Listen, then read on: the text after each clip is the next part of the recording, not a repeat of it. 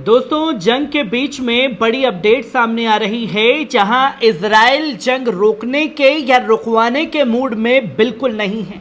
सिर्फ इजराइल जो है जंग के दायरे बढ़ाना चाहता है और ये बात अच्छे से इजरायली प्रधानमंत्री बेंजामिन नेतन्याहू को पता है कि अगर ये जंग रुकती है तो उसका जनाजा निकलेगा और उसको जेल की सलाखों के पीछे जाना पड़ेगा, सत्ता से हाथ धोना पड़ेगा। इसलिए जितनी लंबी जंग चलेगी उतना ज्यादा महफूज बेंजामिन नेतन्याहू रहेगा। इसलिए बार बार इस्लामिक रेजिस्टेंस के समझाने के बावजूद वो फिलिस्तीन के ऊपर हमले बंद नहीं कर रहा है। जहां हिजबुल्लाह भी हमले अपने तेज इजराइल के ऊपर कर रहा है, यमन ने भी अपनी सेना को आदेश दे दिए कि इजराइल के ऊपर तेज हमले की तैयारी जो है वो शुरू कर दी जाए। और ऐसे में जब हर तरफ मिडल ईस्ट में जंग की आग पहुंच रही है तो ये आग की चपेट में अब सीरिया भी आ चुका है, जहां भारतीय समय अनुसार तकरीबन 10:30-11 बजे के आसपास बड़ा हमला जो है सीरिया के ऊपर किया गया, जिसका वीडियो सामने आया है। पहले इस पर नजर डाल लीजिए।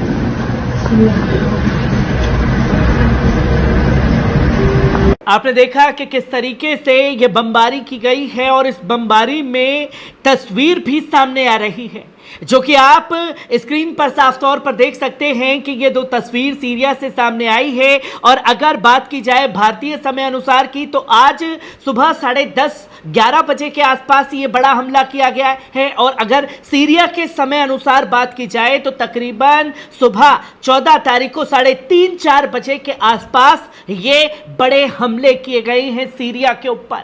जहां यह बताया जा रहा है कि इजराइल ने आधी रात को सीरिया के दमिश्क पर जबरदस्त बमबारी की है, जहां गाजा में नरसंहार करने और दक्षिण लेबनान के गांवों पर सफेद फास्फोरस बम गिराने से इजराइल जो है संतुष्ट नहीं है। इसलिए हत्यारा इजराइल अब सीरिया में आवासीय क्षेत्रों को भी निशाना बना रहा है, जिसकी जानकारी खास तौर पर दी गई है। और इस हमले में सीरिया के 2 सेना के जवान जो हैं वो शहीद कर दिए गए हैं, जिसकी जानकारी सामने आई है। क्योंकि अगर ये हमला इस्लामिक रेजिस्टेंस के ऊपर सीरिया में करना होता तो वहां जाकर के कोई ना कोई बड़ा हमला करता। यहां सीधा सीधा सीरिया की सेना को निशाना बनाया गया, सीरिया की आवाम को निशाना बनाया गया है इजराइल के जरिए, जिससे एक बड़ा हड़कंप मच चुका है, जिसकी जानकारी पूरी सामने आ रही है। जहां आप साफ तौर पर स्क्रीन पर देख सकते हैं कि राज्य मीडिया सना ने एक सैन्य स्रोत का हवाला देते हुए बताया कि रविवार तड़के राजधानी दमिश्क के आसपास कई सैन्य स्थलों को निशाना बनाकर किए गए इजरायली हमले में 2 सीरियाई सैनिक शहीद हो गए हैं। उन्हें मार गिराने का काम जो है वो किया गया है। और सूत्रों ने यह भी कहा कि आक्रामकता कब्जे वाले सीरियाई गोलान की दिशा में शुरू की गई थी, जिसमें दक्षिण क्षेत्र में हमारे कई सैन्य स्थलों और दमिश्क में काफार सूसा क्षेत्र में एक आवासीय इमारत को निशाना बनाया गया है, जहां बड़े हमले जो हैं वो सीरिया के ऊपर किए गए। और सेना के अनुसार ये बताया गया कि उनकी बड़ी संख्या में मिसाइलों के बावजूद सीरिया वायु रक्षा में उनसे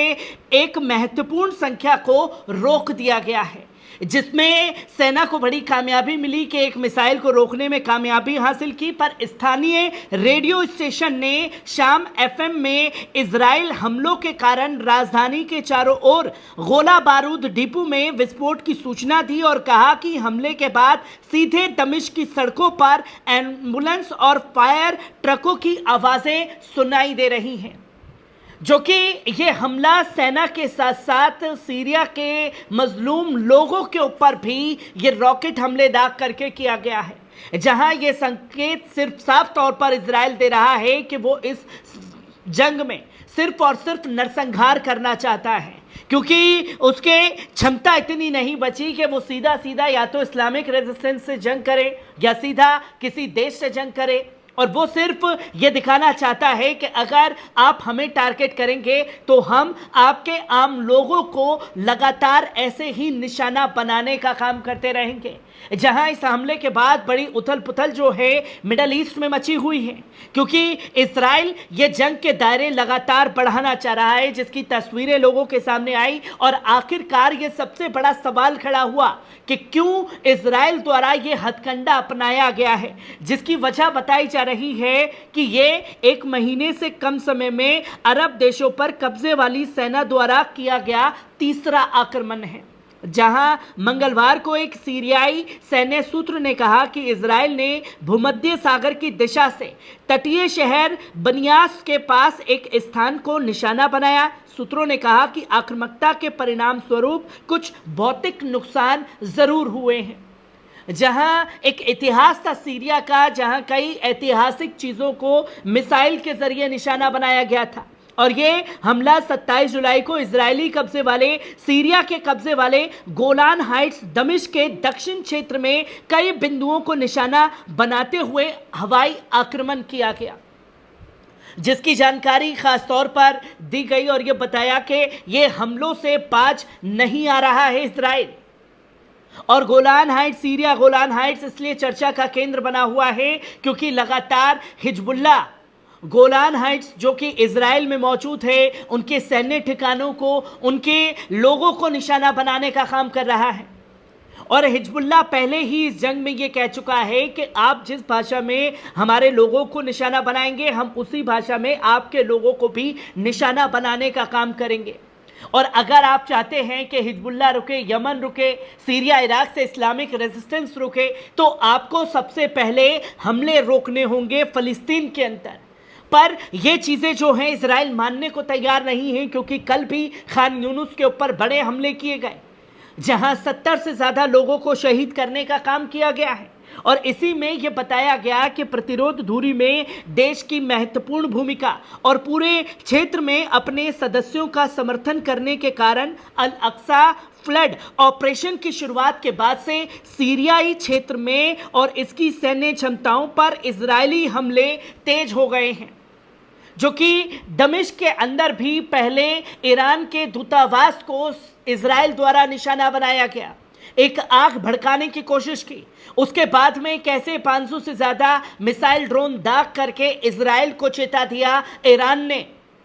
जिसकी बड़ी खलबली सामने आई।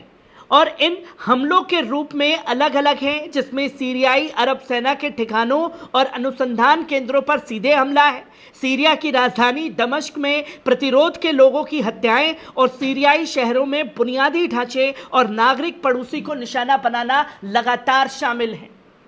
जहां सीरिया में इस जंग को लेकर के जाने की कोशिश इसलिए कर रहा है इजराइल, क्योंकि वहां पर हर सेना के, हर देश की सेना मौजूद है, और अगर ये किसी और देश की सेना के ऊपर हमला हो जाता है इजराइल द्वारा, तो यकीनन ये जंग की आग जो है बुरी तरीके से भड़क जाएगी, और ये जंग फिर जंग नहीं वर्ल्ड वॉर 3 में तब्दील हो जाएगी। इसलिए अपनी सनक के कारण पूरी दुनिया को जंग की आग में झोंकने की कोशिश इजराइल द्वारा लगातार जारी है।